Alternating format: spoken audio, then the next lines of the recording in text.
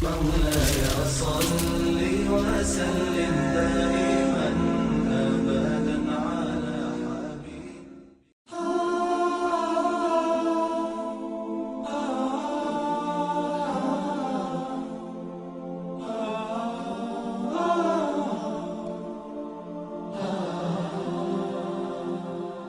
Bismillahirrahmanirrahim. Assalamualaikum warahmatullahi wabarakatuh.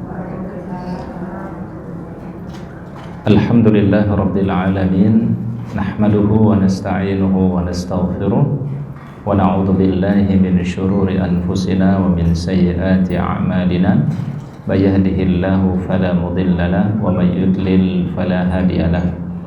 Asyhadu an la ilaha illallah wahdahu la syarika lah wa asyhadu anna Muhammadan abduhu wa rasuluhu la nabiyya ba'dah. Allahumma salli wa sallim wa barik ala hadzal nabiyil karim nabiyina Muhammad ibn Abdillah wa ala alihi wa ashabihi wa man tabi'ahu bi ihsanin ila yaumiddin, amma ba'd. Raditu billahi rabban wa bil islami dinan wa bi Muhammadin sallallahu alaihi wasallam nabiyya. Subhanallah walhamdulillah wa la ilaha illallah wallahu akbar wa la hawla wa la quwwata illa billahil aliyil azim. Allahumma anta rabbi la ilaha illa anta khalaqtani wa ana abduka wa ana ala ahdika wa wa'dika mastata'tu. A'udzu bika min syarri ma sana'tu, abu'u laka bi ni'matika alayya wa abu'u bi dzambi faghfirli fa innahu la yaghfiru dzunuba illa anta. Hadirin yang dimuliakan dan dicintai oleh Allah Subhanahu wa taala, tidak ada ungkapan yang paling terbaik yang kita senantiasa ucapkan kecuali pujian dan syukur kepada Allah Subhanahu wa taala atas segala curahan rahmatnya, karunia dan kebaikannya kepada kita semua, terutama nikmat iman dan Islam, nikmat sehat dan kesehatan, sehingga pada siang hari ini kita bisa hadir di dalam majelis ilmu, tempat yang paling mulia di sisi Allah yang disebut dengan taman-taman surga. Mudah-mudahan langkah-langkah kita semua di dalam kebaikan menjadi sebab ampunan Allah Ta'ala, mengangkat derajat kita dan menjadi saksi yang terbaik nanti pada hari kiamat. Al-yawma nakhtimu ala afwahihim wa tukallimuna aydihim wa tashhadu arjuluhum bima kanu yaksibun. Salawat dan salam kita sampaikan kepada Rasul yang mulia, suri tauladan kita, uswah hasanah kita, baginda Nabi Muhammad sallallahu alaihi wasallam. Mudah-mudahan salawat kita, salam kita untuk beliau kelak pada yaumul akhir kita mendapatkan syafaat Rasulullah Muhammad sallallahu alaihi wasallam. Hadirin yang dimuliakan dan dicintai oleh Allah Ta'ala, pada kesempatan siang hari ini kita akan melanjutkan kajian kita, masih membahas seputar wanita penghuni neraka. Namun yang perlu kita cermati bersama adalah para ulama menjelaskan ada 3 problem yang terkadang dihadapi oleh manusia dan ada 3 solusi yang diberikan oleh Al-Quran, ya. Kami ulangi sekali lagi, ada 3 problem yang terkadang dihadapi oleh manusia dan ada 3 solusi untuk mengatasinya, ya. Al-Quran sebenarnya hadir di tengah-tengah manusia untuk memberikan sebuah solusi, ya. Jadi Islam itu memang sudah sempurna dan apapun yang disampaikan di dalam Al-Quran itu pasti sudah pas untuk kehidupan manusia. Ini harus jadi mindset kita bersama, bahwasannya Islam hadir itu bukan membuat masalah tetapi menyelesaikan masalah, ya. Jadi itu yang harus kita pahami. Oleh karenanya kita mesti semua ridha, ya. Ridha Allah Ta'ala sebagai Rabb kita, ridha Islam sebagai agama kita, dan kita ridha Nabi Muhammad sallallahu alaihi wasallam sebagai nabi kita. Man radiya billahi rabban wa bil islami dinan wa bi Muhammadin sallallahu alaihi wasallam nabiyya falahur ridha, kata Rasul. Jadi barang siapa yang ridha Allah sebagai Rabbnya, siapa yang ridha Islam sebagai agamanya, dan siapa yang ridha Nabi Muhammad sebagai Rasulnya, falahu ridha, maka Allah pasti akan memberikan keridhaan kepada hamba tersebut. Jadi ketika kita semua meyakini kebenaran Al-Quran, meyakini kebenaran risalah Islam, dan kita mengikuti sunnah Nabi SAW, maka Allah Ta'ala pasti akan melimpahkan keridhaannya. Oleh karenanya kata para ulama tadi, ada 3 problem yang dihadapi dan ada 3 solusinya ya. Baik, yang pertama adalah idza ahsasta bisyaqai ya, Ustaz sebutkan dulu bahasa Arabnya ya. Idza ahsasta bisyaqai fa'alaika bibirril walidain. Apabila seorang wanita muslimah atau apabila seorang muslim merasakan kesulitan demi kesulitan ya, kayaknya hidupnya penuh dengan kesulitan ya.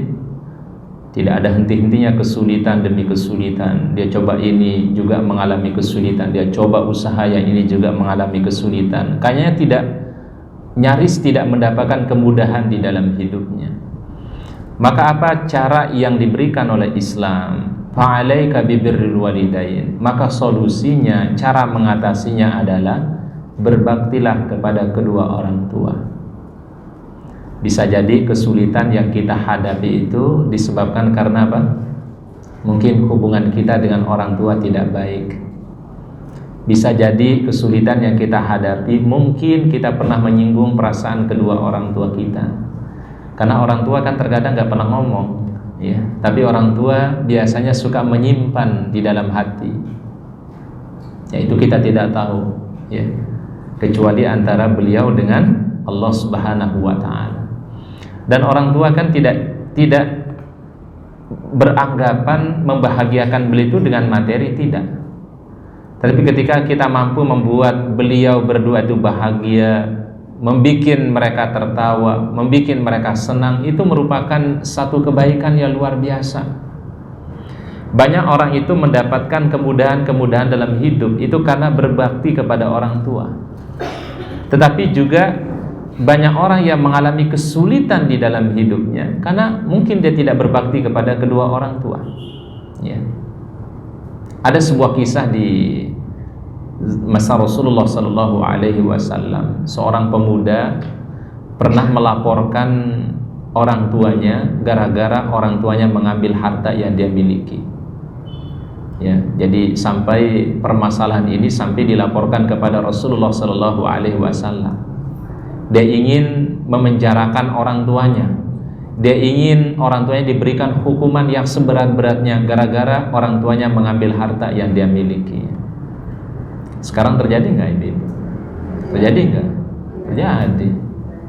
Kemarin masalah sekecil apapun ya, terkadang miskomunikasi, terkadang mungkin ada hal-hal yang sederhana sebenarnya itu bisa menjadi problem antara anak dan orang tua. Bahkan tidak jarang terkadang anak sampai rela memenjarakan orang tuanya. Na'udzubillah, semoga Allah telah jaga kita semua. Ini di zaman Nabi SAW, dia laporkan orang tuanya gara-gara orang tuanya itu adalah mengambil harta yang dia miliki. Maka anak muda ini kemudian diminta oleh Rasulullah SAW, wahai si fulan, tolong panggil ayahmu, panggil orang tuamu ke sini, bawa ke hadapanku.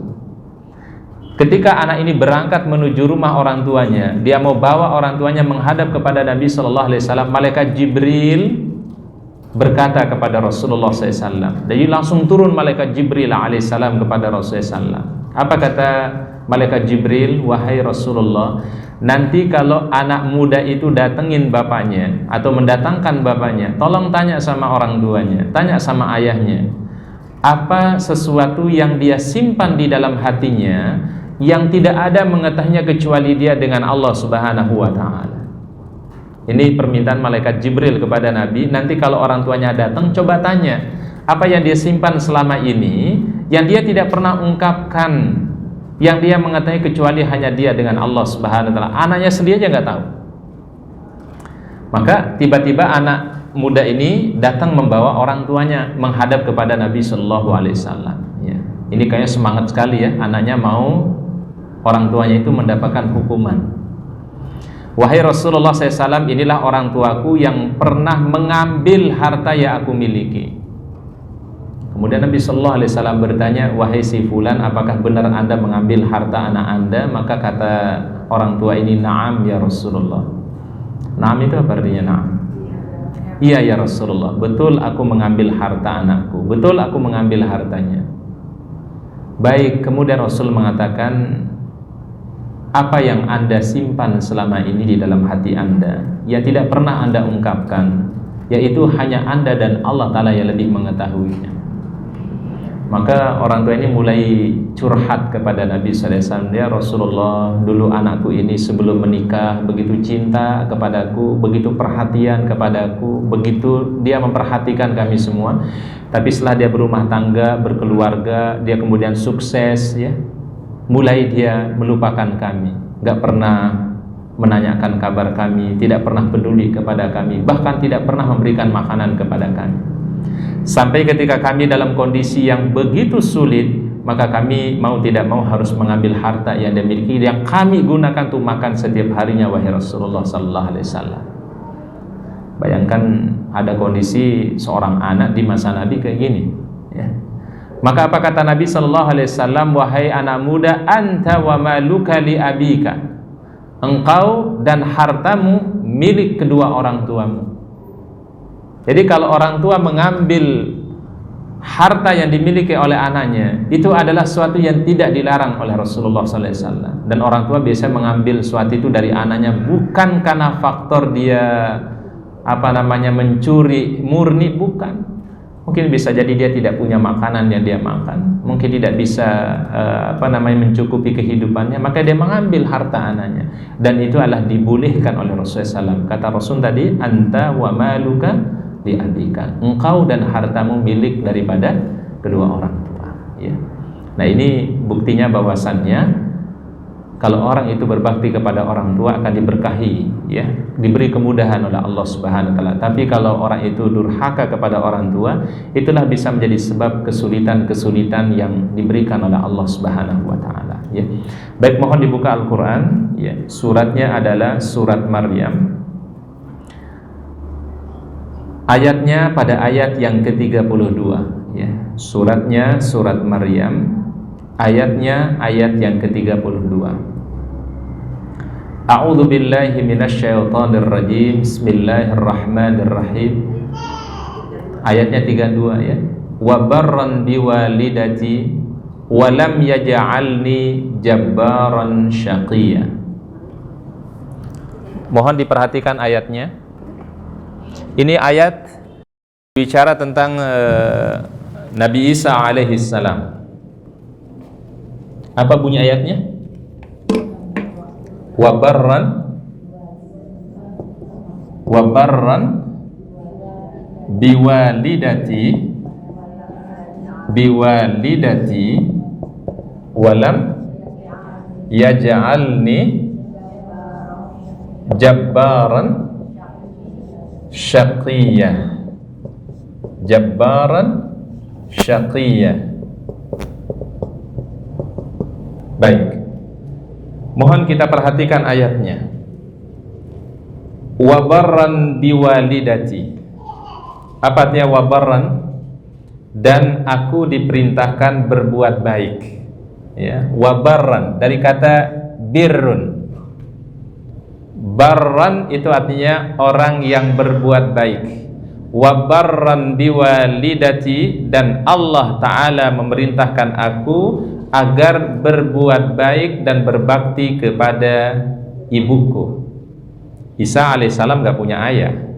Isa alaihissalam hanya punya ibu. Makanya disebut dengan walidati. Walidatun itu artinya ibu. Kalau kedua orang tua, bahasa Arabnya walidayya, ya. Apa bahasa Arabnya? Walidayya, kedua orang tua. Kalau Nabi Isa itu nggak punya ayah, karena dia lahir tidak melalui proses pada umumnya manusia. Dia lahir tanpa ada seorang ayah. Wa barran biwalidati, dan Allah memerintahkan kepadaku berbakti dan berbuat baik kepada ibuku. Siapa ibunya Nabi Isa alaihissalam? Maryam. Dan Masya Allah, inilah satu kemuliaan yang Allah Ta'ala berikan kepada seorang wanita yang soleha, namanya Maryam, diberikan anak yang soleh bernama Isa alaihissalam.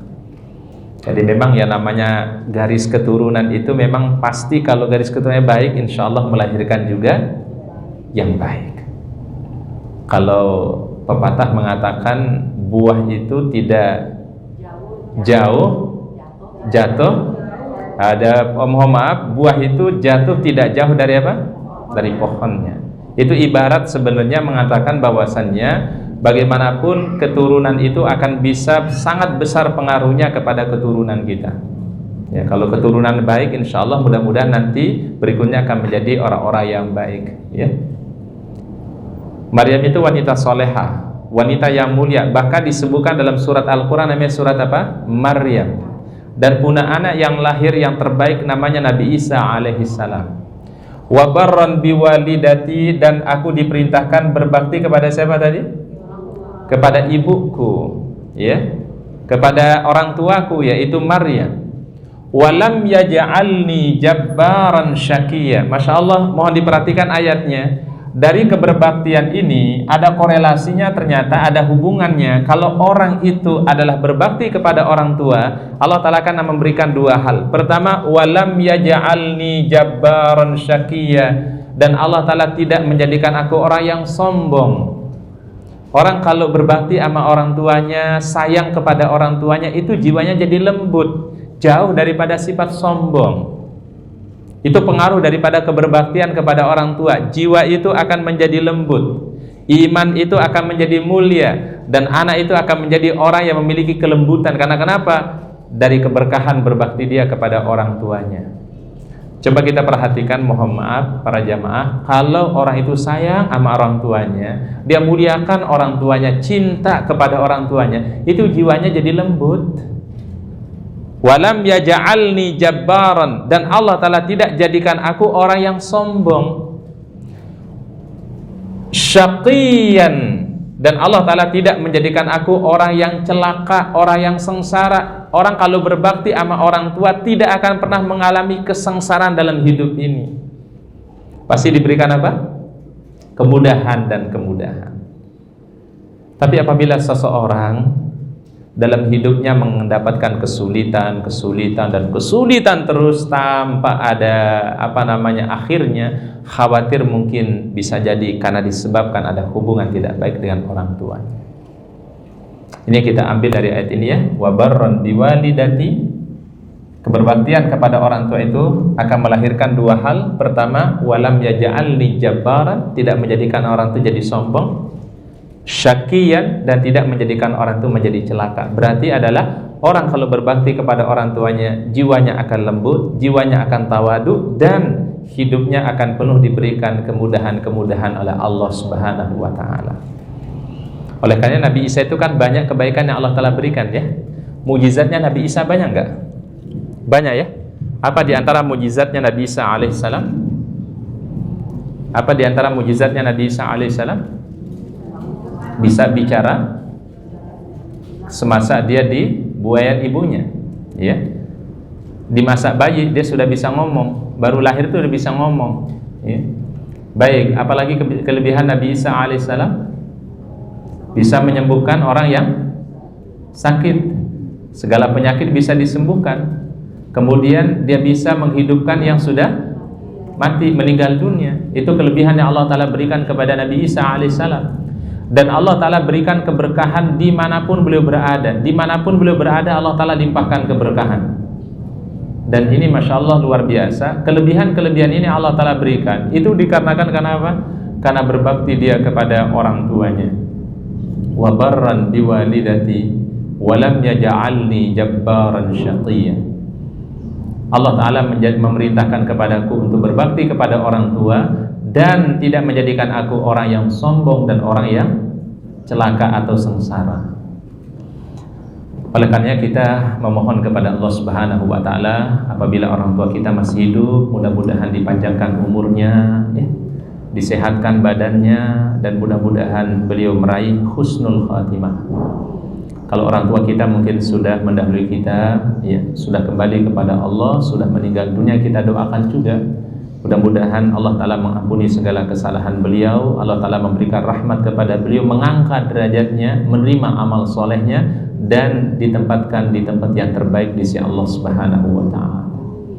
Tentu setiap anak pasti ingin kalau orang tuanya itu mendapatkan kebaikan, ingin kalau orang tuanya itu mendapatkan kemuliaan. Oleh karena salah satu hal ini, masya Allah, bagi ibu-ibu ini luar biasa sebenarnya. Apabila seorang orang tua memiliki anak gadis, ya, anak perempuan, lalu dia mendidiknya dengan baik, dia tumbuh menjadi anak yang soleha, maka anak yang soleh itu bisa menjadi sebab orang tua itu dijaga dari siksa api nerakanya Allah Subhanahu wa Ta'ala. Berarti ketika ibu-ibu para ummahat ini menjadi wanita yang soleha, wanita yang mulia, wanita yang baik, taat beragama, maka itu salah satu sebab orang tua kita dijaga oleh Allah Ta'ala dari siksa api neraka. Masya Allah, berarti orang tua itu bisa mendapatkan keberkahan dari siapa? Dari anak. Sebagaimana halnya anak bisa mendapatkan keberkahan dari orang tua. Jadi kalau boleh kami katakan, sebenarnya antara anak dan orang tua itu memiliki hubungan yang luar biasa para jamaah, ya. Orang tua bahasa Arabnya apa? Walidaini, ya. Bahasa Arabnya walidaini. Ini orang tua, walidaini. Kalau anak bahasa Arabnya apa? Anak bahasa Arabnya apa? Waladun, ya. Waladun, ya.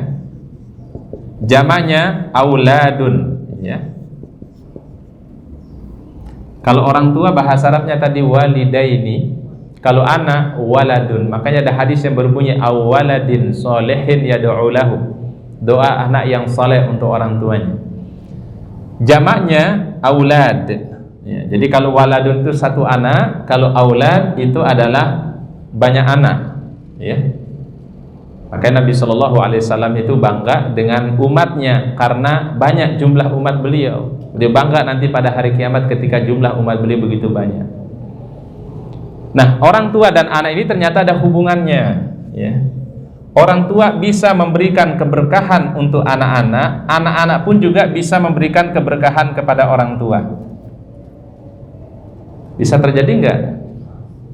Orang tua bisa memberikan keberkahan kepada anak, anak juga bisa memberikan keberkahan kepada orang tua. Bisa terjadi? Bisa. Kapan itu terjadi, Ustadz? Kata para ulama adalah apabila orang tua itu baik, orang tua itu soleh, keberkahan kebaikan orang tua ini akan mengalir juga sampai anak mereka. Bisa jadi ketika ibu-ibu misalnya sholat tahajud, sholat malam, baca Quran, zikir kepada Allah, itu manfaatnya bukan hanya untuk diri kita, itu manfaatnya akan terus mengalir juga untuk anak keturunan kita. Sehingga anak kita diberikan keberkahan, kemudahan oleh Allah, kebaikan di dunia oleh Allah. Karena kenapa? Karena kesolehan orang tuanya. Sebaliknya, anak pun juga bisa memberikan manfaat dan barokah untuk orang tuanya. Kapan itu, Ustadz? Ketika orang tuanya meninggal dunia. Ketika orang tuanya sudah meninggal dunia, maka anak bisa memberikan manfaat, keberkahan untuk orang tua. Awaladin solihin yad'u lahu. Setiap doa-doa mereka, doa anak yang soleh itu akan bermanfaat untuk kedua orang tuanya. Bahkan tidak hanya doa, ya, kebaikan-kebaikan anak, kesolehan anak, amal solehnya seorang anak, itu akan berpengaruh dan memberikan keberkahan untuk kedua orang tua. Jadi berarti orang tua dan anak itu saling apa? Saling memberi kebaikan, saling memberikan keberkahan satu di antaranya. Oleh karenanya kita ini mesti harus sayang kepada anak-anak kita. Bukti sayang itu kan adalah dengan kita tidak menyakiti mereka. Bukti sayang itu adalah dengan mendidik mereka. Bukti sayang itu adalah selalu mengharapkan dan mendoakan mereka. Itu adalah orang tua. Jadi orang yang mencintai kepada yang dicintai pasti tidak ingin menyakitinya. Orang yang menyayangi terhadap orang yang disayangi pasti tidak akan ingin menyakitinya. Inilah orang tua itu akan bisa mendatangkan barokah untuk anak-anak, ya. Baik. Nah, itu poin yang pertama, ya. Jadi apabila seseorang merasa mendapatkan kesulitan-kesulitan, itu berarti mungkin ada hal yang hubungan tidak baik antara dia dengan orang tuanya, ya. Oleh karena kita dianjurkan oleh Nabi SAW untuk selalu berdoa kepada Allah untuk kedua orang tua kita, ya. Minimal Rabbi ghfirli wa liwalidayya warhamhuma kama rabbayani shaghira. Kalau enggak, kita doakan Allahumma ighfir lahu warhamhu wa'afihi wa'afwan. Itu semua adalah menjadi kebaikan-kebaikan untuk orang tua. Baik, berikutnya yang kedua, kata para ulama adalah, saya sebut dulu bahasa Arabnya, ya. Wa idza ahsasta bil-dhanki fa'alaika bil-dzikri wal Qur'ani.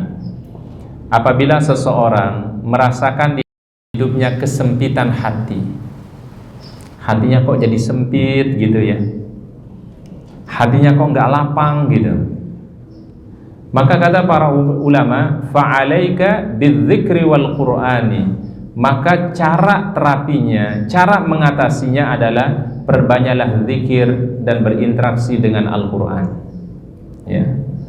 Kami ulangi sekali lagi, apabila seseorang mengalami kesempitan, seorang wanita muslimah mengalami kesempitan hatinya, kesempitan jiwanya, maka cara mengatasinya adalah fa'alaika bidzikri wal Qur'ani, atasilah dengan senantiasa berzikir dan akrab dengan Al-Qur'an, berinteraksi dengan Al-Qur'an. Yang berpengaruh dalam hidup itu sebenarnya adalah jiwa kita, ya. Oleh karenanya ada satu surat dalam Al-Qur'an, Allah Subhanahu wa taala menggambarkan tentang Rasulullah sallallahu alaihi wasallam. Ini surat sangat baik sekali kalau sering dibaca, ya. Suratnya namanya adalah surah Asy-Syarah atau Al-Insyirah, ya. A'udzu billahi minasyaitonir rajim. Bismillahirrahmanirrahim. Alam nashrah laka sadrak wa wada'na 'anka wizrak alladzi anqada dhahrak wa rafa'na laka zikrak fa inna ma'al usri yusran inna ma'al usri yusran fa idza faragta fansab wa ila rabbika farghab. Ini nasihat yang terbaik untuk wanita muslimah, ya. Alam nashrah laka sadrak, bukankah kami yang melapangkan hatimu wahai Rasulullah? Bukankah kami yang melapangkan jiwamu wahai Rasulullah? Alam nashrah laka sadrak. Jadi yang kita butuhkan sebenarnya hati menjadi apa? Lapang. Itu kalau hati menjadi lapang itu adalah dia akan merasa tenang, akan merasa selalu mendapatkan kebahagiaan dari Allah. Dan ketenangan itu tidak bisa diraih dengan secara kasat mata materi, tidak. Tetapi ketenangan, kebaikan dan kebahagiaan itu Allah Ta'ala berikan ketika orang itu dekat dengan Allah Subhanahu wa Ta'ala. Dia jalankan perintah Allah, dia tinggalkan larangan Allah, maka di saat itulah Allah Ta'ala akan memberikan kelapangan hati. Ini bumi ini luas apa sempit, Bu? Luas, ya. Tapi terkadang bumi ini bisa terasa sempit, loh. Kira-kira kapan bumi terasa sempit? Kapan kira-kira bumi terasa sempit? Kapan kira-kira? Ketika ada masalah, ya. Ketika ada musibah gitu, ya. Baik, sebenarnya lapang atau tidak lapangnya yang ada di sekeliling kita tergantung daripada hatinya. Kalau hatinya sedang lapang, maka sesuatu yang ada di sekelilingnya pun juga akan terasa lapang. Bumi yang luas akan terasa begitu luas juga. Tetapi apabila hati itu yang tidak lapang, jiwa itu yang tidak lapang, maka bumi yang luas ini akan menjadi terasa sempit. Ujian yang begitu besar itu ketika dia memiliki hati yang lapang akan terasa begitu ringan dan begitu indah. Tetapi kalau orang tidak lapang hatinya, jiwanya, urusan yang kecil, masalah yang kecil itu bisa menjadi kelihatan begitu besar. Makanya Al-Quran mengingatkan kita semua, alam nashrah laka sadrak. Dulu kan kisahnya Nabi Musa alaihissalam ketika dia akan mendakwahi Fir'aun, dia akan berhadapan dengan Fir'aun yang begitu zalim, seorang penguasa yang luar biasa pengaruhnya di zaman itu, bahkan selalu memaksakan kehendaknya. Allah Ta'ala memerintahkan kepada Musa untuk mendakwahinya. Apa kira-kira doanya Nabi Musa alaihissalam? Dia berkata dalam doanya, Rabbi syrah li sadri wa yassir li amri wahlul uqdatan min lisani yafqahu qawli. Rabbi syrah li sadri. Jadi kalau arti doa ini adalah Rabbi syrah li sadri, ya Allah lapangkanlah hatiku, lapangkanlah dadaku, wa yassir li amri, dan mudahkan segala urusanku. Orang kalau lapang hatinya jadi mudah tuh urusan, jadi ringan itu urusan, tidak menjadi berat. Itu bisa menjadi berat, urusan bisa menjadi berat gara-gara memang hati yang tidak lapang. Kemudian wahlul uqdatan min lisani, kalau sudah diberikan kelapangan hati, nanti lisannya pun juga berbicaranya itu mudah, ya. Jadi lisannya nggak akan kaku. Jadi kalau ada orang yang sulit mungkin kalau berbicara mungkin di hadapan halayak mungkin terasa agak khawatir, terasa agak berat, maka ini yang diminta kepada Allah, Rabbi syarah li sadri wa yassir li amri wahlul uqdatan min lisani, lepaskanlah segala ikatan yang ada di lisanku, yafqahu qawli, supaya mereka memahami apa yang aku ucapkan. Tadi Allah Ta'ala katakan kepada Rasul apa? Alam nashrah laka sadrak. Bukankah kami yang melapangkan dadamu, hatimu, wahai Rasulullah? Kemudian apa? Wa wada'na anka wizrak. Kamilah yang melepaskan bebanmu. Bebannya Nabi Sallallahu Alaihi Wasallam itu tidak sedikit, ya. Beban beliau itu belum beban keluarga, belum beban anak-anak, belum beban cucu, ya. Yang lebih besar beban beliau itu adalah yaitu amanatuddin, amanah beliau untuk menyampaikan risalah agama Allah Subhanahu wa taala. Oleh karena Rasulullah sallallahu alaihi wasallam yang selalu beliau ingat itu adalah bukan keluarga. Yang beliau selalu ingat adalah ummati, ummati dan ummati. Ya Allah, berikanlah keselamatan bagi umatku. Ya Allah, berikanlah keselamatan bagi umatku. Ya Allah, berikanlah keselamatan bagi umatku. Luar biasa itu Nabi Sallallahu Alaihi Wasallam. Ya, beliau selalu yang beliau ingat itu adalah umatnya. Wa wada'na anka wizrak alladzi anqada zahrak. Beban yang ada di atas pundakmu wahai Rasulullah. Dan beban beliau itu adalah apa tadi? Beban menyampaikan risalah Islam, supaya agama Islam ini tersebar di seluruh penjuru dunia. Dan Masya Allah sekarang ini para jamaah, Islam itu sudah tersebar di seluruh penjuru dunia, dari ujung timur sampai ujung barat, dari utara sampai selatan, bahkan di wilayah kutub yang mungkin nyaris di situ sulit kita temukan kehidupan, itu sudah bisa kita dengar di situ suara adzan dikumandangkan. Kami pernah baca di salah satu majalah Islam, ya, majalah namanya Hidayatullah, ya. Majalah Hidayatullah ini banyak memberikan pelajaran berharga, inspirasi yang luar biasa. Di salah satu wilayah kutub yang nyaris mungkin orang untuk hidup di sana itu mungkin begitu berat, sulit, ya. Masya Allah luar biasa. Di situ dibangun satu masjid yang begitu megah, dan setiap hari terdengar suara adzan dikumandangkan di waktu subuh, di waktu zuhur, di waktu asar, di waktu maghrib, di waktu isya. Itu sampai masjidnya itu tertutup dengan salju, ya, masjidnya itu sampai tertutup dengan apa? Salju. Tapi Masya Allah di tempat itu, di lokasi itu terdengar suara azan kalimat takbir, ya, kepada Allah Subhanahu wa taala.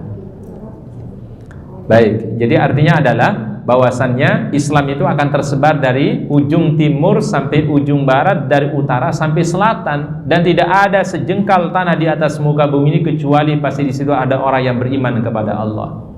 Kita mau cari sekarang di mana saja wilayah di dunia ini pasti ada muslimnya. Bahkan perkembangan Islam sekarang ini di Eropa itu luar biasa, ya. Populasi Islam itu terjadi luar biasa. Bahkan diperkirakan nanti di atas tahun 2020, ya, Eropa itu akan mengalami justru yang mayoritas itu nanti muslim. Di Rusia pun juga demikian, di atas 2020 nanti kemungkinan besar itu adalah yang menjadi mayoritas itu adalah muslim.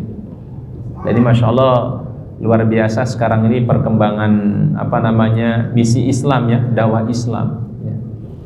Baik, kemudian ayatnya berbunyi wa rafa'na laka dzikrak, kami yang mengangkat sebutan namamu wahai Rasulullah. Fa inna ma'al usri yusra, bersama kesulitan ada kemudahan. Inna ma'al usri yusra, bersama kesulitan ada kemudahan. Mohon diperhatikan ayatnya di sini ya. Allah Ta'ala sebutkan fa inna ma'al usri yusran ya. Jadi Allah Ta'ala sebutkan apa?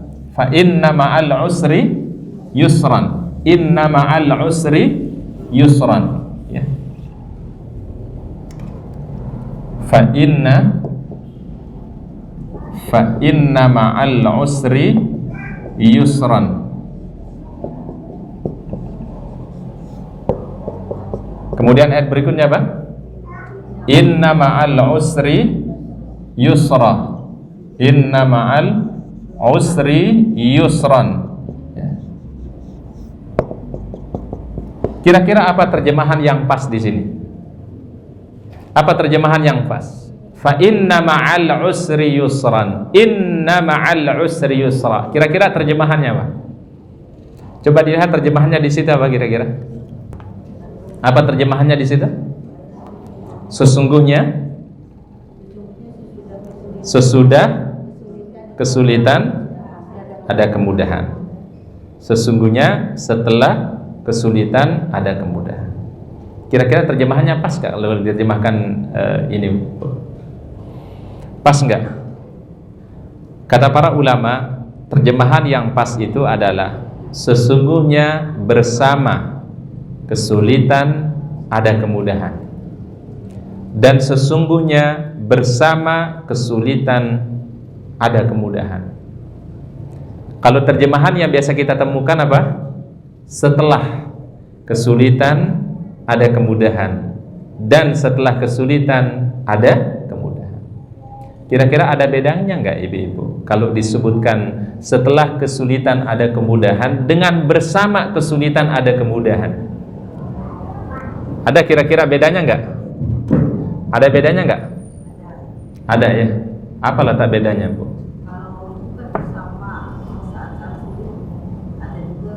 Kemudahan. Baik, kalau setelah kesulitan ada kemudahan? Kemudahan. Baik. Yang pas terjemahan itu adalah, dan ini perlu dikoreksi ya ibu ya, terjemahan yang pas itu sebenarnya kata para ulama, bersama kesulitan ada kemudahan. Bersama kesulitan ada kemudahan. Apa maksudnya? Ketika orang mengalami kesulitan, sebenarnya Allah Ta'ala sudah siapkan jalan keluarnya. Allah Ta'ala sudah siapkan solusinya. Allah Ta'ala sudah siapkan kemudahan bagi manusia. Makanya menggunakan kata apa? Ma'a, bersama ya. Dan diulangi 2 kali oleh Allah Subhanahu wa Ta'ala, fa inna ma'al usri yusran, inna ma'al usri yusran ya. Baik, tadi dikatakan oleh para ulama, kami ulangi sekali lagi, apabila seseorang mengalami kesempitan di dalam hidupnya, maka cara mengatasinya adalah dengan memperbanyak zikir dan berinteraksi dengan Al-Quran. Kita bisa memilih zikir-zikir yang mudah ya. Subhanallah, walhamdulillah, wa la ilaha illallah, wallahu akbar, la haula wa la quwwata illa billah. Atau kita ucapkan misalnya 2 ucapan yang ringan di lisan, berat dalam timbangan Allah, paling disukai oleh Allah Ta'ala, subhanallah wa bihamdihi subhanallahil azim ya. Atau ucapan yang disukai oleh Rasulullah SAW dan juga ucapan para nabi dan rasul yang lainnya, la ilaha illallah wahdahu la syarikalah lahul mulku wa lahul hamdu wa huwa ala kulli syai'in qadir. Dan ini ucapan Masya Allah, ucapan yang paling disukai oleh Nabi SAW dan zikirnya para nabi dan rasul. Dan diamalkannya ini kata beliau, kata Rasulullah SAW, kalau dibaca setiap hari 100 kali, Allah Ta'ala catat baginya 100 kebaikan, dihapus darinya 100 kesalahannya, dijaga dia dari pagi hari sampai pada sore harinya, Tidak ada orang yang datang pada hari kiamat dengannya lebih baik kecuali orang yang membacanya lebih banyak daripada 100 kali. Apa ucapannya tadi? La ilaha illallah wahdahu la syarikalah lahul mulku wa lahul hamdu wa huwa ala kulli syai'in qadir. Ya. Baik, mohon kita buka Al-Quran. Dalilnya adalah yaitu surat Maryam. Masih di surat Maryam. Oh Muhammad, suratnya surat Toha ya. Surat Toha ayat 124 ya. Kami ulangi sekali lagi, dibuka surat Toha 124 ya. A'udzu billahi minasyaitonir rajim. Bismillahirrahmanirrahim. Wa man a'rada an dzikri fa inna lahu ma'isyatan dhanka wa nahsyuruhu yaumal qiyamati a'ma. Qala rabbi lima hasyartani a'ma wa qad kuntu basira. Arti dari ayat ini adalah wa man a'rada an dzikri, barang siapa yang berpaling dari peringatanku, maksudnya berpaling dari Al-Quran, berpaling dari As-Sunnah, berpaling dari zikir kepada Allah ya. Fa inna lahu ma'isyatan dhanka, maka baginya kehidupan yang sempit. Jadi kalau orang jauh dari Al-Quran itu hidupnya akan sempit. Orang yang tidak kembali kepada Al-Quran, tidak menjadikan Al-Quran sebagai bagian dalam interaksi kehidupannya, maka hidupnya akan menjadi sempit. Fa inna lahu ma'isyatan dhanka. Dhanka itu artinya sempit, jiwanya jadi sempit. Tapi apabila orang itu berzikir kepada Allah, dia berinteraksi dengan Al-Quran, maka hatinya akan menjadi dilapangkan oleh Allah. Dia akan dimudahkan untuk dilapangkan oleh Allah Subhanahu wa ta'ala. Wa nahsyuruhu yaumal qiyamati a'ma, dan nanti kami akan mengumpulkan dia pada hari kiamat, dibangkitkan dari alam kubur, dari alam barzah, itu dalam kondisi a'ma, dalam kondisi buta. Jadi ada orang yang nanti dibangkitkan dari alam kuburnya dalam keadaan apa? Buta. Bayangkan waktu hidup di dunia dalam keadaan melihat, ketika dibangkitkan dari alam kubur dalam keadaan buta, gak bisa ngelihat dia. Qala rabbi lima hasyartani a'ma wa qad kuntu basira. Ya Allah, ya Tuhanku, kenapa engkau membangkitkan aku dalam keadaan buta? Bukankah dulu aku bisa melihat? Ini pertanyaan manusia. Jadi waktu dia dibangkitkan dari alam kubur, dari alam barzah menuju alam akhirat, dia dalam kondisi buta, nggak bisa ngelihat. Kemudian apa pertanyaannya?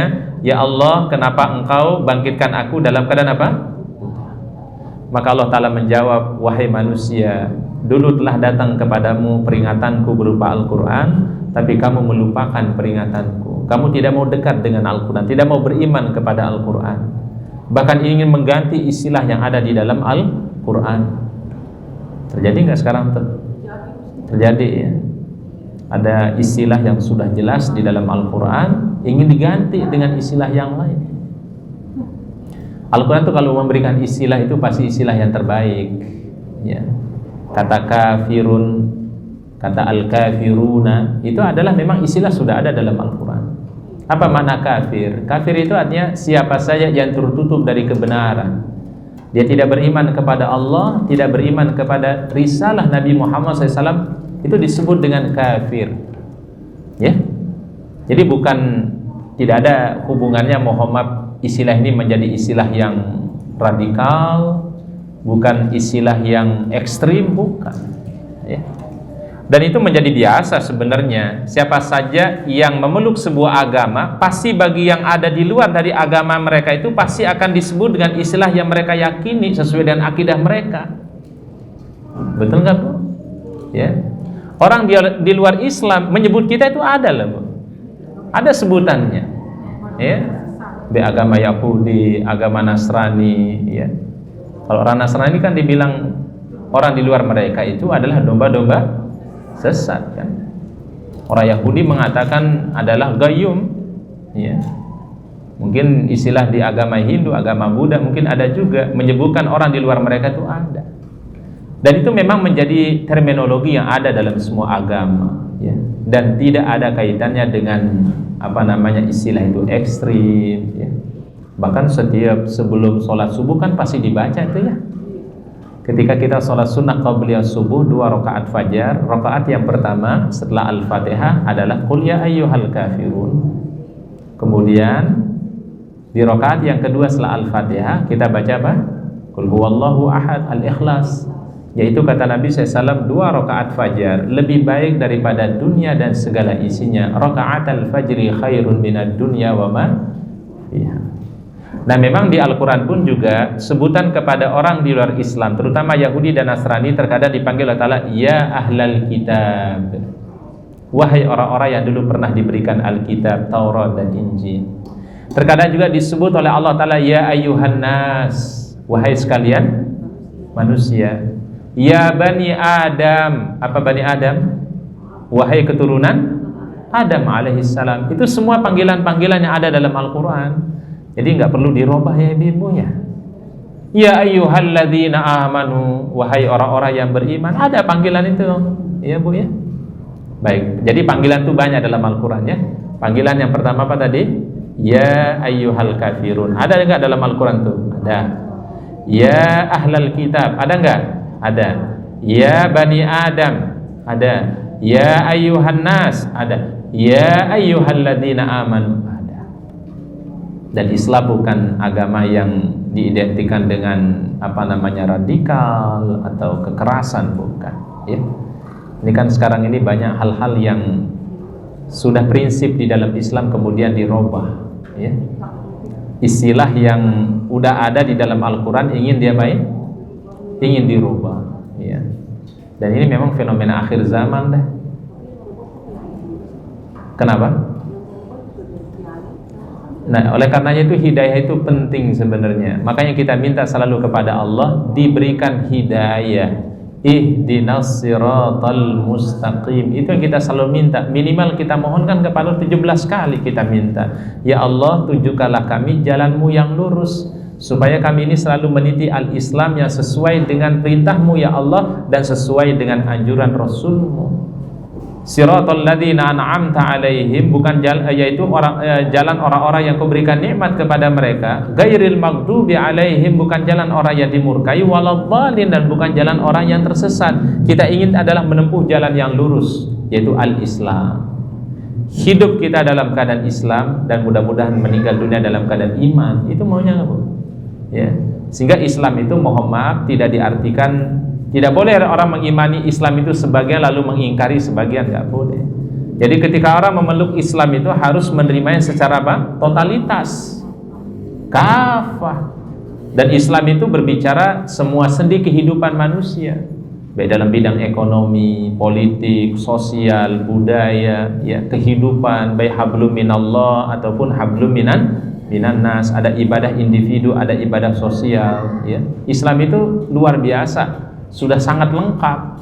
Al-yauma akmaltu lakum dinakum wa atmamtu alaikum ni'mati wa raditu lakumul islama dina. Oleh karena ayat ini berbicara seorang wanita muslimah kalau ingin mendapatkan kelapangan di dalam hatinya, kelapangan jiwanya, maka adalah dia akrab dengan ayat-ayat Allah. Interaksilah dengan Al-Quran. Harus punya target setiap hari itu membaca Al-Quran. Ya, yang mampu membaca Quran 1 hari 1 juz, alhamdulillah. Yang mungkin setengah juz, alhamdulillah. Enggak juga setengah juz ya 1 ayat. Enggak 1 ayat mungkin 10 ayat. Enggak 10 ayat mungkin 5 ayat setiap hari. Kalau enggak mungkin 1 ayat. Nah, gimana kalau 1 ayat mampu enggak Bu? Bu, kalau kita ini benar-benar orang sibuk, sesibuk-sibuk kita, masa kita tidak bisa luangkan untuk bisa duduk manis dengarkan Al-Quran, baca Al-Quran. Karena kunci hidup itu barokah itu di Al-Quran ya. Karena kata Nabi SAW, innallaha la yarfa' bihadzal Qur'an aqwaman, sesungguhnya Allah Ta'ala akan mengangkat derajat satu kaum itu dengan Al-Quran. Jadi kalau ingin individu itu diangkat derajatnya, maka dia harus akrab dengan Al-Quran. Kalau ingin keluarga itu diberikan derajat yang tinggi, diangkat derajatnya adalah akrab dengan Al-Quran. Kalau masyarakat itu ingin diangkat derajatnya adalah akrab dengan Al-Quran. Kalau seorang pemimpin ingin dimuliakan derajatnya adalah akrab dengan Al-Quran. Jadi sebenarnya siapapun kalau ingin mendapatkan derajat yang mulia, kedudukan yang mulia, kuncinya cuma satu, Al-Quran aja deh. Makanya yang diperjuangkan oleh Nabi Shallallahu Alaihi Wasallam itu adalah 3 hal, ya. Dulu yang dilakukan Nabi Shallallahu Alaihi Wasallam itu 3 hal. Tolong ditulis para jamaah. Pertama, yatlu alaihim ayatihi, membacakan ayat-ayat Allah. Itu tugasnya Nabi Sallallahu Alaihi Wasallam dulu. Yatlu alaihim ayatihi, membacakan ayat Al-Quran kepada manusia. Yang kedua, tugas Nabi Sallallahu Alaihi Wasallam adalah wa yuzakkihim, menyucikan jiwa mereka daripada kesyirikan kepada Allah, menyucikan jiwa mereka daripada sifat yang buruk dari kedengkian, membersihkan jiwa mereka daripada permusuhan. Wa yuzakkihim, Pak? Dibersihkan, ya. Kalau ada virus itu diapain? Bu, kalau ada virus diapain, Bu? Bu, kalau ada virus diapain namanya? Dihilangkan virus-virusnya, ya. Di-delete itu virus-virus itu. Wa yuzakki, baik perbuatan kesyirikan kepada Allah, kedengkian.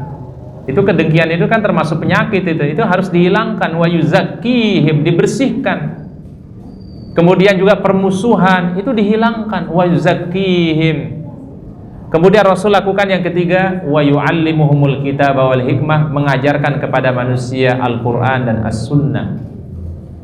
Jadi semasa hidup beliau 23 tahun, semasa beliau mengemban risalah 23 tahun, itu adalah tugasnya 3 hal tadi: membacakan ayat Al-Quran, menyucikan jiwa manusia, dan mengajarkan kepada manusia Al-Quran dan As-Sunnah.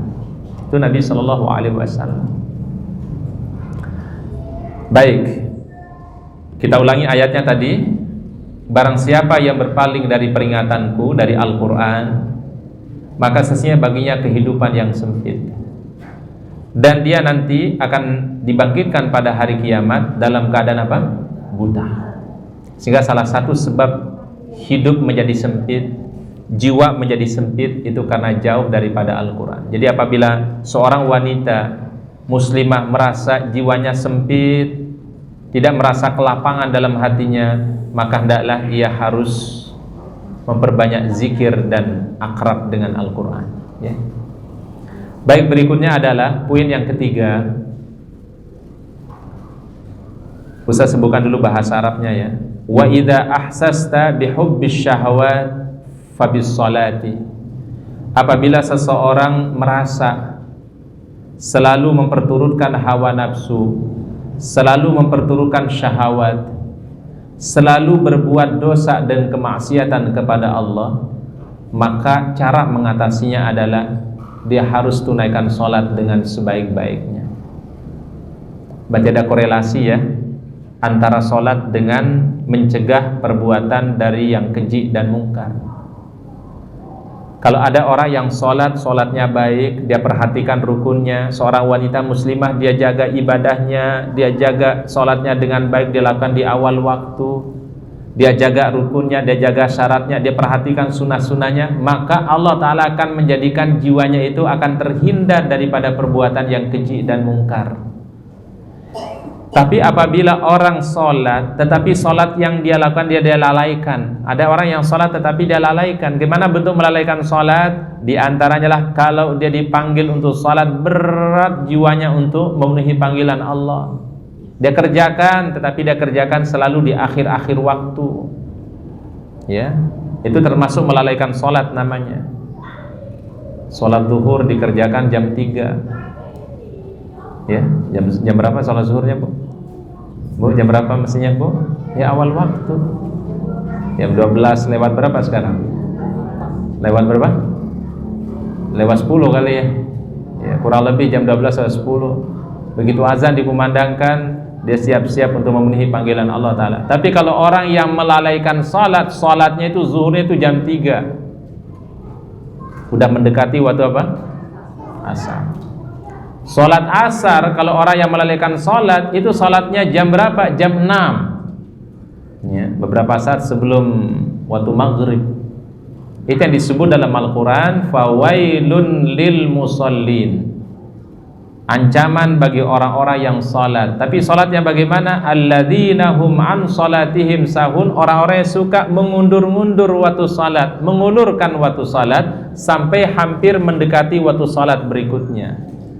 Jadi kalau orang yang salat saja dan dia lalai dari salatnya, itu masih diancam oleh Allah Ta'ala, apalagi yang gak salat. Jadi yang salat aja itu kena apa namanya? Ancaman dari Allah, apalagi kalau orang itu tidak salat.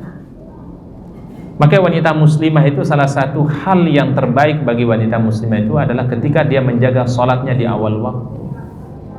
Hatta mohon maaf ummahat, walaupun kerjakan sholat di rumah, ya, tolong kita ketika kerjakan walaupun di rumah itu usahakan kerjakannya di awal waktu. Begitu azan dikumandangkan, mohon kalau ada pekerjaan kita di rumah, ada aktivitas kita di rumah, tolong dilepas sejenak. Sholat itu kira-kira berapa jam? Berapa jam kira-kira? Hah? Bu, kalau sholat berapa jam, Bu? Hah? Ada berapa jam? 5 menit, 10 menit. Kalau pekerjaannya itu yang lain Ibu kita kerjain itu berapa jam Ibu? Berjam-jam kita kerjain. Sholat kita diminta hanya 5 menit, 10 menit ini. Orang yang beriman itu Masya Allah, ketika dia diseru untuk berbuat baik, selalu menyegerakan untuk kebaikan. Kita tidak tahu loh ibu-ibu, orang itu mungkin bisa mendapatkan ridha Allah Ta'ala karena selalu menyegerakan kebaikan, gak pernah menunda-nunda kebaikan. Apalagi yang namanya kehidupan manusia ini kan rahasia Allah Ta'ala ibu-ibu ya.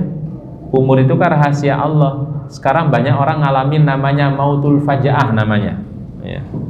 Ini fenomena sekarang ibu-ibu, namanya mautul faja'ah namanya. Apa mautul faja'ah itu Ustaz? Maut itu apa artinya? Apa artinya? Mautul faja'ah itu kematian yang datang tiba-tiba. Ya, disebutkan oleh Nabi SAW fenomena akhir zaman akan terjadi namanya mautul faja'ah. Mati tapi datangnya tiba-tiba. Orang itu sehat, badannya sehat, nggak ada sakit, nggak ada riwayat sakit, ya, tiba-tiba innalillahi wa inna ilaihi rajiun. Bahkan orang sedang olahraga, lagi olahraga nih, bisa saja meninggal dunia di tempat olahraga. Bisa terjadi nggak Bu? Bisa, ya Bu ya. Lagi jogging, ya, istirahat sebentar, innalillahi wa inna ilaihi rajiun. Ya. Habis selesai olahraga, istirahat sebentar, minum dikit, meninggal dunia. Yang lebih parah lagi kalau dia meninggal dunia mendadak tapi dalam keadaan bermaksiat kepada Allah. Ya, itu yang paling kita hati-hati. Makanya salah satu cara untuk kita terhindar daripada perbuatan dosa dan kemaksiatan, bayangkan kalau sekiranya di saat kita berbuat dosa itu Allah Ta'ala mencabut nyawa kita. Itu rada-rada kita hati-hati jadinya ya. Karena ada orang lagi goyang-goyang gitu, tiba-tiba meninggal dunia. Bisa terjadi nggak Bu? Bisa terjadi ya. Lagi goyang-goyang gitu, lagi nikmatin musik, jatuh meninggal dunia. Inna lillahi wa inna ilaihi raji'un. Kita kepingin kalau meninggal dunia itu dalam keadaan bersujud kepada Allah Subhanahu wa Ta'ala. Masya Allah. Itu kematian yang indah tuh. Sedang bersujud kepada Allah, ya, kita lamain sujud kita berdoa kepada Allah, dan saat itu juga Allah Ta'ala mencabut nyawa kita. Masya Allah, betapa indahnya kematian kalau seperti itu. Ada orang yang meninggal dunia sedang membaca Al-Quran, lagi baca surat Tabarok, ya, surat Al-Muluk, baru dapat beberapa ayat, terjatuh ke sebelah kanan, meninggal dunia. Tapi Masya Allah, meninggal dunia dalam kondisi yang paling terbaik. Seorang ulama di Mesir ada yang meninggal dunia, baru membaca pembukaan ceramah, pembukaan khutbahnya, terjatuh beliau, dan ternyata Masya Allah, Allah Ta'ala inginkan hambanya meninggal dunia dalam keadaan husnul khotimah. Di Kalimantan tuh ada orang yang sedang sholat Idul Adha jadi imam, meninggal dunia pas dia lagi ngimamin sholat Idul Adha. Masya Allah. Yang ini yang kita minta kepada Allah, yaitu Allahumma ya muqallibal qulub tsabbit qalbi ala dinika. Ya Allah, Engkau yang maha membolak-balikan hati, tetapkanlah hatiku di atas agama. Karena kenapa? Tidak ada yang tahu akhir daripada kehidupan manusia. Oleh karenanya kalau kita sudah berbuat baik, mohonlah kepada Allah istiqomah dengan kebaikan, dan jangan ada rasa sombong dengan kebaikan yang kita miliki, karena kita tidak tahu ya bagaimana akhir daripada kehidupan kita ya. Kalau orang mungkin berbuat dosa dan kemaksiatan, jangan berputus asa dari rahmat dan ampunan Allah. Allah Ta'ala masih membuka peluang baginya selama nyawanya masih ada, sebelum kematian datang kepada dia, dan sebelum matahari terbit dari sebelah barat, masih ada kesempatan untuk dia berbuat baik, bertaubat kepada Allah Subhanahu wa Ta'ala. Jadi peluang semua orang itu sama sebenarnya, siapapun dia, mau dia ulama besar, mau dia ilmunya mungkin sedang, mau ilmunya biasa-biasa, semuanya punya peluang untuk bisa mendapatkan husnul khatimah. Dan kita semua tidak tahu akhir hidup kita, tapi kita bisa merencanakan bagaimana kita meninggal dunia dalam kondisi yang terbaik. Makanya salah satu amalannya, kata Nabi, perbanyaklah ucapan tadi, Allahumma ya muqallibal qulub sabbit qalbi ala dinika. Ya Allah, Engkau yang maha membolak-balikkan hati, tetapkanlah hatiku di atas agama. Di hadis yang lain, di doa yang lain dikatakan, Allahumma ya musarrifal qulub sarrif qalbi ala ta'atika. Ya Allah, Engkau yang maha mengatur jiwa kami, tetapkanlah jiwaku untuk selalu taat kepadamu. Jadi ada dua riwayat di situ ya. Ini ada perbedaannya ini ibu-ibu. Kalau doa yang pertama, Allahumma ya muqallibal qulub sabbit qalbi ala dinika, di belakangnya ala dinika.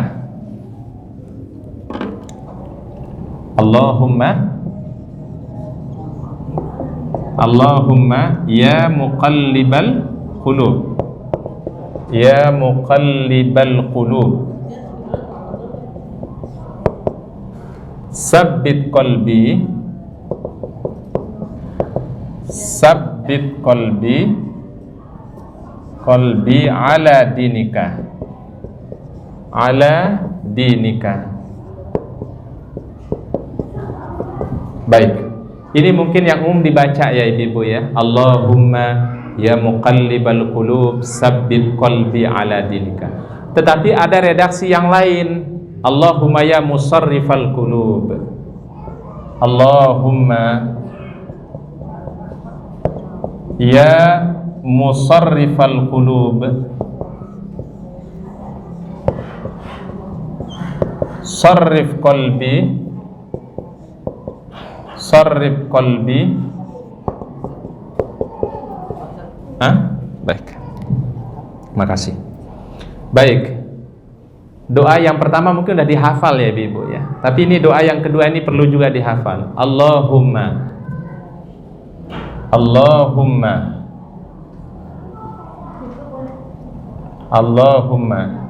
ya musarrifal qulub, pakai shad ya, ya musarrifal qulub, ya musarrifal qulub sarrif qalbi, sarrif qalbi ala ta'atika, ala ta'atika. Baik, jelas tulisannya Umi? Jelas?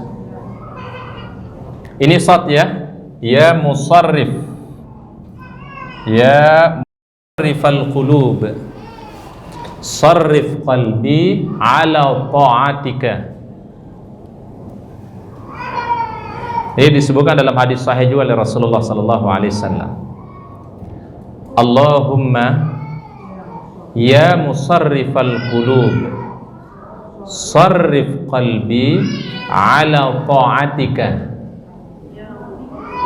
sarrif qalbi ala ta'atika.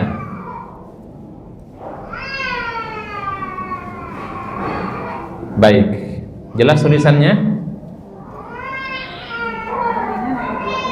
Allahumma ya musarrifal qulub sarrif qalbi ala ta'atika ya. Baik, udah ditulis? Udah selesai, kita terjemahkan. Ya Allah, Engkau yang mengatur Engkau yang mengatur segala hati. Tetapkanlah hatiku di atas ketaatan kepadamu. Tetapkanlah hatiku atau arahkanlah hatiku agar selalu berada di atas ketaatan kepadamu. Baik, Ustaz ulangi sekali lagi. Allahumma ya musarrifal qulub, ya Allah, Engkau yang maha mengatur seluruh hati.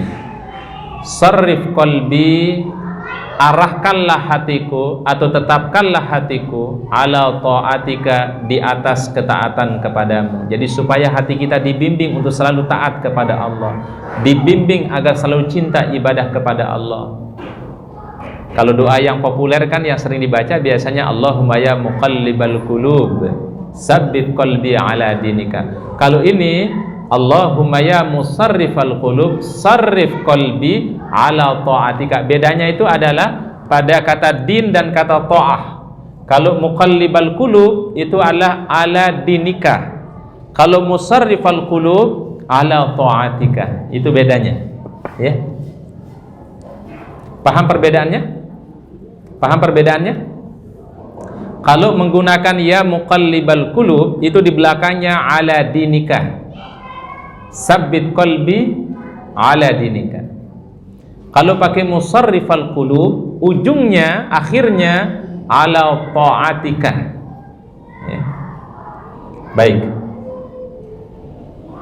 Nah, ini adalah merupakan doa yang terbaik yang diajarkan juga oleh Rasulullah sallallahu alaihi wasallam, dan ketika kita mengamalkan doa ini, insyaallah mudah-mudahan Allah Ta'ala bimbing hati kita, bimbing jiwa kita untuk terus berada di dalam ketaatan kepada Allah sampai kita bertemu dengan ajal kita, sampai kita bertemu dengan Allah Subhanahu wa taala. Wala tamutunna illa wa antum muslimun. Jangan sekali-kali engkau meninggal dunia kecuali dalam keadaan berislam, beriman kepada Allah taala.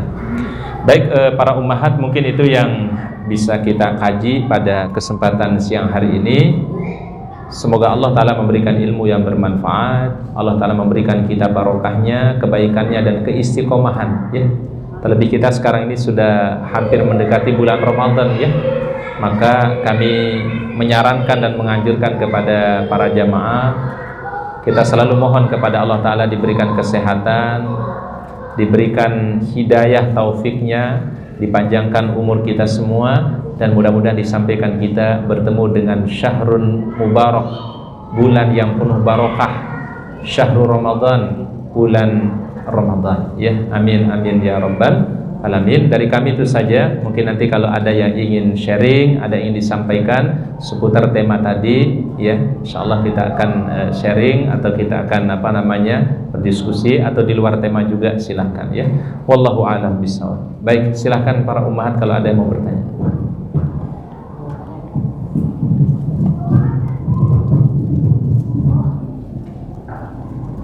Baik, silakan Umi. Baik. Silakan yang mau bertanya. Boleh seputar tema tadi atau di luar tema, silakan. Hah? Baik. Perbedaannya di mana, Om?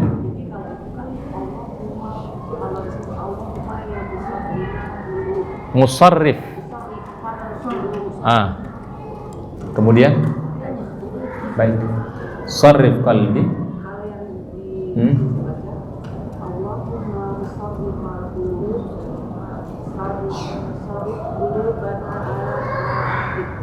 Qulubana atau qalbi sama, gak ada masalah. Ya, bentuknya jama' atau mufrad boleh. Ya, kalau qulub itu kan jama', kalau qalbi satu. Ya, kalau qalbi itu artinya jiwaku, tapi kalau qulubi jiwa-jiwa kami. Iya, Bun. Ya. Paham, Bun? Baik. Tapi tidak merubah makna itu. Allahumma ya musarrifal qulub sarrif qulubana, misalnya ala ta'atik, atau sarrif qalbi ala ta'atika juga boleh. Tapi maksud Ustaz tadi perbedaannya dengan ya muqallibal qulub. Kalau ya muqallibal qulub di ujungnya ala dinika. Kalau ya musarrifal qulub ujungnya ta'atika. Itu bedanya Umi ya. Tapi kalau ini mau pakai qalbi atau qulubana tidak mempengaruhi makna ya. Satu artinya saya, yang satu artinya kami ya, keseluruhan. Baik, wallahu a'lam. Baik, ada yang lain silakan.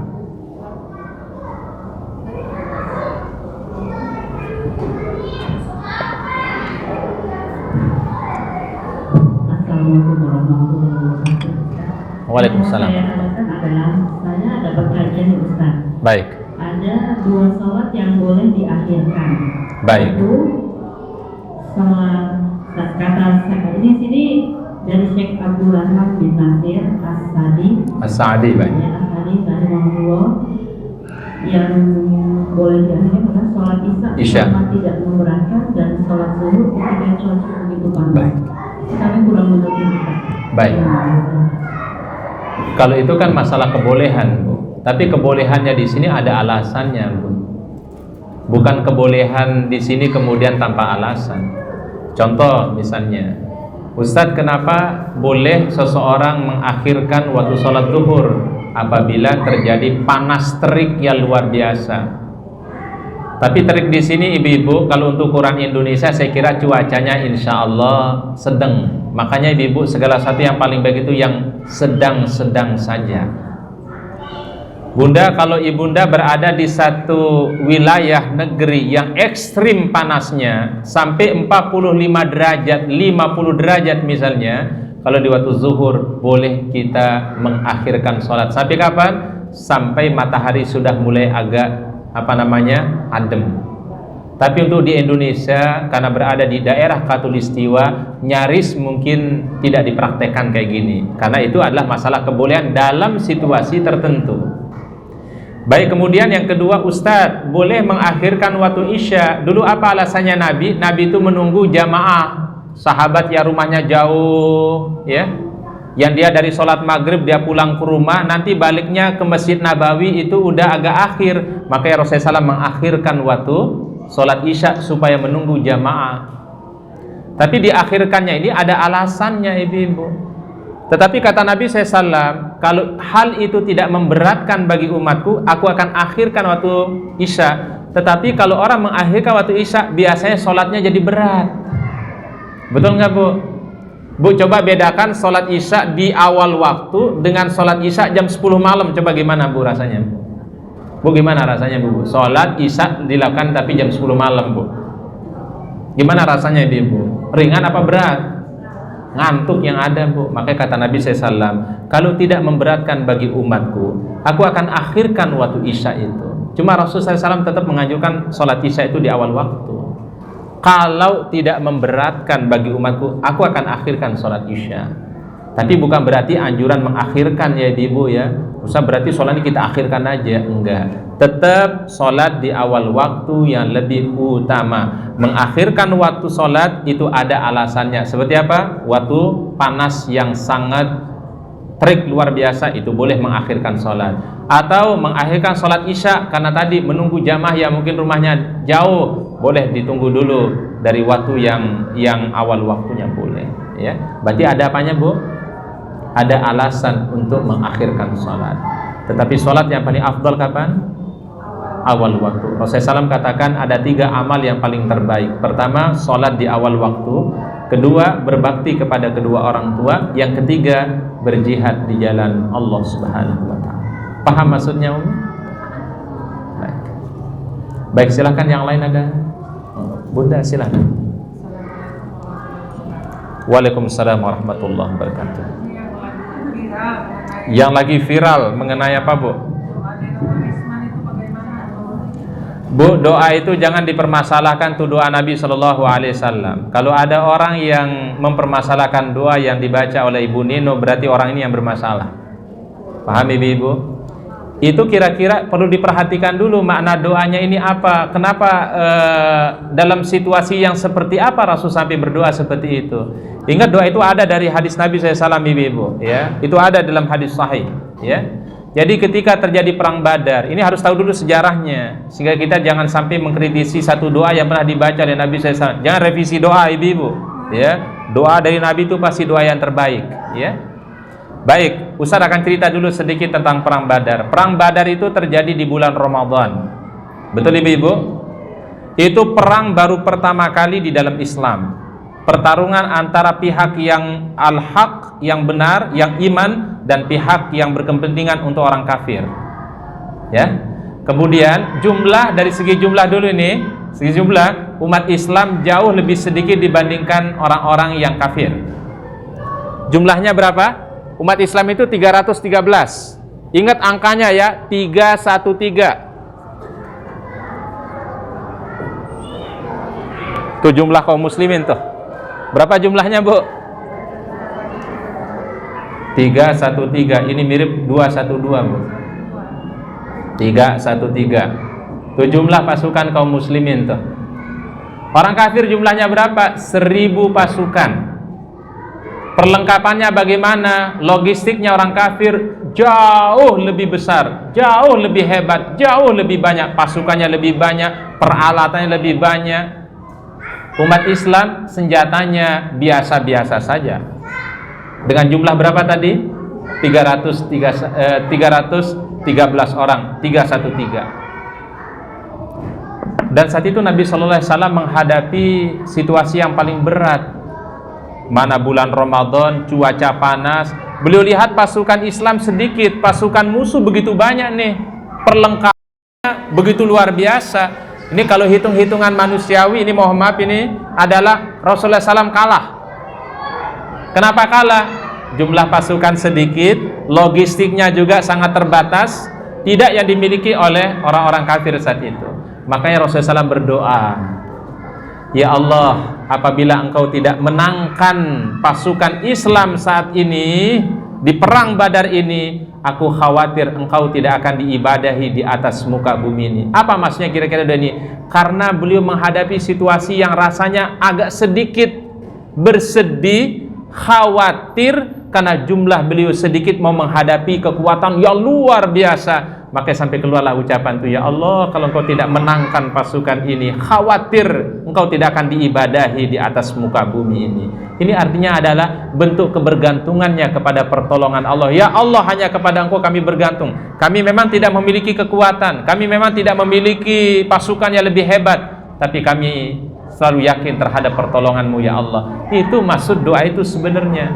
Kemudian beliau mengucapkan apa? Beliau mengucapkan ya Hayyu ya Qayyum ya Dzal Jalali Ikram, ya Hayyu ya Qayyum ya Dzal Jalali Ikram. Bu, ketika kita berdoa dengan penuh mengharap pertolongan Allah, merintih kepada Allah, bukan tidak mustahil langit akan dibuka oleh Allah, doa-doa akan didengar oleh Allah Subhanahu wa taala. Jadi mohon maaf, jangan permasalahkan doa perang Badar. Itu ada ucapannya di Nabi sallallahu alaihi wasallam. Paham? Baik, wallahu a'lam bishawab. Ya, jangan revisi doa ini. Ya, doa itu biarkan aja, itu doa dari Rasulullah sallallahu alaihi wasallam, doa yang terbaik, ya. Baik, silakan yang lain ada? Silakan yang lain? Ada yang lain? Kalau tidak ada mungkin kita cukupkan. Wallahu a'lam bishawab. Doa kami untuk semua jamaah mudah sehat, panjang umur, barokah, diberikan kebaikan oleh Allah Subhanahu wa taala dunia dan akhirat insyaallah. Kita akhiri doa kafaratul majlis. Subhanakallahumma bihamdika asyhadu an la ilaha illa anta astaghfiruka wa atubu ilaik. Afwan minkum. Assalamualaikum warahmatullahi wabarakatuh.